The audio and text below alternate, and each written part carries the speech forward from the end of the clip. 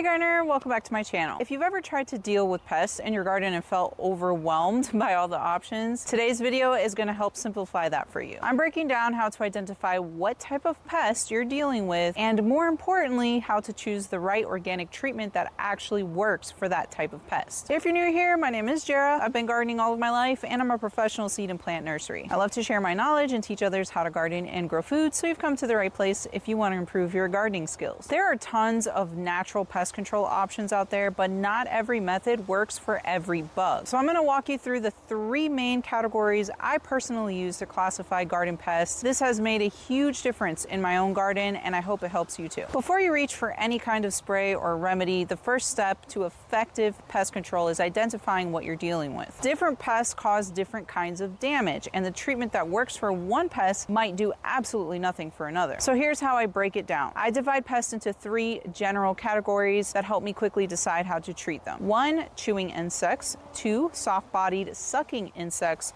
And 3, hard-shelled insects. This is my way of categorizing this. It's not something official, but it will help you identify and choose the correct treatment for the majority of the pests you will encounter. Let's start with chewing insects. These are pests that physically chew holes in leaves, stems, or even fruits and vegetables. The damage is pretty easy to recognize because you'll see jagged edges, large missing chunks, tiny little balls that are orange, green, or black. This is actually the frass produced from the chewing insects as it eats, or leaves that have been skeletonized. Some common chewing pests include cabbage or pickle worms, tomato hornworms, cutworms, tomato armyworms, and the corn earworm. These worms are actually the caterpillar stage of various moths and butterflies. They lay their eggs on their preferred host plant. The eggs hatch into a caterpillar that eats the plant. A lot of these caterpillars are nocturnal, so you might not even see them when you inspect your plants, but if you see any of the symptoms or signs, especially chewed up leaves and frass, then trust me, you have a caterpillar chewing up the plant. Now that you have identified that you're dealing with some sort of chewing insect, you can choose the correct type of organic treatment that will be effective on them. For chewing insects, you either manually remove or block them, or use a treatment that kills insects when ingested, basically using their behavior, in this case chewing or eating plant material, against them. To manually block them from getting onto your plants, you can use floating row covers. This prevents the moth or butterfly from laying the eggs on your plants to begin with. For this to be effective, you have to make sure the plants are sealed in. Use rocks or landscape hooks to secure the row covers in place. If there is a gap, then insects can fly or crawl in. Or if you see the caterpillar on your plants, you can squish them or feed them to your chickens. However, sometimes the infestation is severe. Here in my Florida garden, the caterpillar population explodes, and no amount of manual removal is enough to keep up with it. So this is when I use a spray treatment, since it gives me quick and solid coverage. I like to use BT spray, which is considered organic. This spray is made with a bacteria called Bacillus thuringiensis. When you spray the leaves of the plants, it gets coated with the bacteria. Then the caterpillar comes along, chews the leaves of the plant, and ingests this bacteria. The bacteria disrupts their digestive system, which very effectively kills the worm or caterpillar. This treatment's mode of action depends on the insect ingesting it. So this is not effective against something like an aphid, which does not ingest plant material. Instead, it pierces the plant and sucks the juices out of it. This is why it is important to know what kind of pest you're dealing with, so you choose the correct treatment. To spray BT, mix it in a hand pump sprayer that has a fine mist setting. This product is organic, but I still caution on its use. Spray in the evening time when all of the pollinators have left for the day, and only spray the affected plants. Don't go spraying your entire garden, and especially don't spray flowers. That is why I like to use a hand pump sprayer with a fine mist spray, so I can control where BT is applied. Other than that, it is very safe to use. Some of these worms are a little more tough than others though. Like I noticed pickle worms very easily die from BT, but I usually have to apply at least twice to kill off all the tomato hornworms or corn earworms. In this case, I switched to using Spinosad, which is also considered organic. It also kills insects when they ingest it, but it has the added benefit of also killing soft-bodied insects on contact. So it's a little bit stronger than BT. And I will put links in the description to where you can find any of the treatments or supplies that I mentioned in this video. So this brings us to the second category of garden pests, and that is soft-bodied sucking insects. These pests don't chew, they pierce your plant and suck out the juices, which can weaken the plant and lead to disease. A few sucking insects are no big deal, but their populations start to explode, and then it's too much for the plant to handle. Common examples include aphids, whiteflies, thrips, spider mites, and mealybugs. I also lump in here slugs and snails since they are soft-bodied, even though they chew up plants instead of suck the juices out. Indicators that you have a soft-bodied insect problem include the The plants look wilted but have plenty of water. The leaves are curling, or you see clusters of them on the stems or undersides of the leaves. Sucking insects especially love to pierce new growth since it is more soft and tender. Or you see the slugs and nails at the base of the plant. So you have identified a soft-bodied insect pest infestation. Here's how you treat for it organically. The best treatments to combat these types of pests take advantage of their soft-bodied nature, so treatments that kill on contact are best. These pests don't have a hard exoskeleton or shell that make treatments ineffective, or treatments that disrupt their life cycle, usually by killing their eggs, larvae, or growth stages, are also effective. My favorite treatments for soft-bodied sucking insects is Spinosad, which I mentioned before, because this spray kills on contact, or an organic insecticidal soap because it breaks down the pest's outer layer and dehydrates them. Another very popular treatment is neem oil. This works both as a contact spray and a growth regulator. It disrupts the insect's life cycle. I personally don't use neem oil though, because I'm gardening in a very hot climate and oil-based treatments have burned my plants before. But it does work. I just recommend it for more temperate climates. I do like to use horticultural oil though, because it coats soft-bodied insects, their eggs and larvae, to basically suffocate them. It is especially effective against mites and thrips. I only use it during the winter though, so I don't risk burning my plants. Some important notes on aphids. I don't like to use a treatment on aphids unless they are seriously harming the plant, it looks wilted, or the fruit or veggies are shriveled or disfigured. This is because aphids are a food source for ladybugs, and sure enough, if I leave the aphids alone, a bunch of ladybugs show up and take care of the problem. My first treatment for aphids is to knock them off my plants with a strong blast of water from my water hose. If the situation is really bad and actually affecting the plant, then I will spray with Spinosad. It is also important to note that with aphids, you might notice ants crawling up and down the plants too. Ants will farm and move aphids around to protect them from predators like ladybugs. This is because aphids and other garden pests secrete a sticky sweet substance called honeydew that the ants like to eat. This honeydew coats the stems and leaves, and sometimes a mold can grow in it which gives a black appearance. This is called black sooty mold. I see this a lot of times on my fruit trees. Black sooty mold is a sure indicator of some sort of pest infestation. But anyways, aphids is usually an ant problem too, so set up some outdoor ant bait stations to kill the ants and basically stop them from farming the aphids. With all of these soft-bodied insect treatments, it's going to take multiple and consistent applications to get rid of the pest. Just follow the directions to know how often to apply. You have to stay consistent to disrupt their life cycle and completely eradicate them. Lastly, for slug and snail treatments, I recommend the use of diatomaceous earth, which is a fine powdery substance made from fossilized algae. It damages the soft exoskeleton of soft-bodied insects, causing them to dry out. Sprinkle it on the ground or on the base of your plants, or directly on leaves, but it has to be reapplied after rain. Another treatment option for slugs and snails is to make some beer traps. Just sink a small dish of beer into the soil near affected plants. The scent attracts slugs and snails, and they fall in and drown. Finally, we have hard-shelled insects. These guys are tough, literally. Their hard outer coating protects them from many treatments that work on soft-bodied pests. Examples of hard-shelled insects include squash bugs, cucumber beetles, which are yellow and black beetles, flea beetles, scale, and stink bugs. You can easily identify these pests just by looking at them, or take a photo and search on Google Lens or ChatGPT. A lot of these either look like some sort of stink bug or beetle. It is obvious they have a hard shell. Scale is a little different. There are lots of different types of scale species. The most common look like small, shiny, oval things on the stems of your plants. Or I often find barnacle scale on my fruit trees, which literally look like tiny round gray barnacle circles on my plants. All of these insects have a hard shell, so spraying with treatments that kill on contact are ineffective. They are sucking insects, meaning they pierce plant material and suck the life out of them. In large numbers, they can cause a lot of damage, and when they pierce plants, they also transmit diseases. Hard-shelled insects are the worst and the most difficult to manage, just being honest. Hard-shelled insects need a different approach. Start by hand-picking them off your plants if you can. I don't like to touch them, so I wear latex gloves and I drop them in a bucket of soapy water so they can't crawl out and they basically drown. I also like to use a mini hand vacuum to vacuum them up and then dump them in a bucket of soapy water. It is important to inspect your plants every day, especially the crops that are the most susceptible to hard-shell insects. Like for example, squash bugs usually only infest things in the cucurbit family, which includes squash, cucumbers, and melons. As soon as I see a squash bug, I pluck it off the plant and squish or drown it. I also remove clusters of eggs if I find them. If I get lazy and just leave it, their populations quickly explode because one female lays hundreds of eggs that hatch in about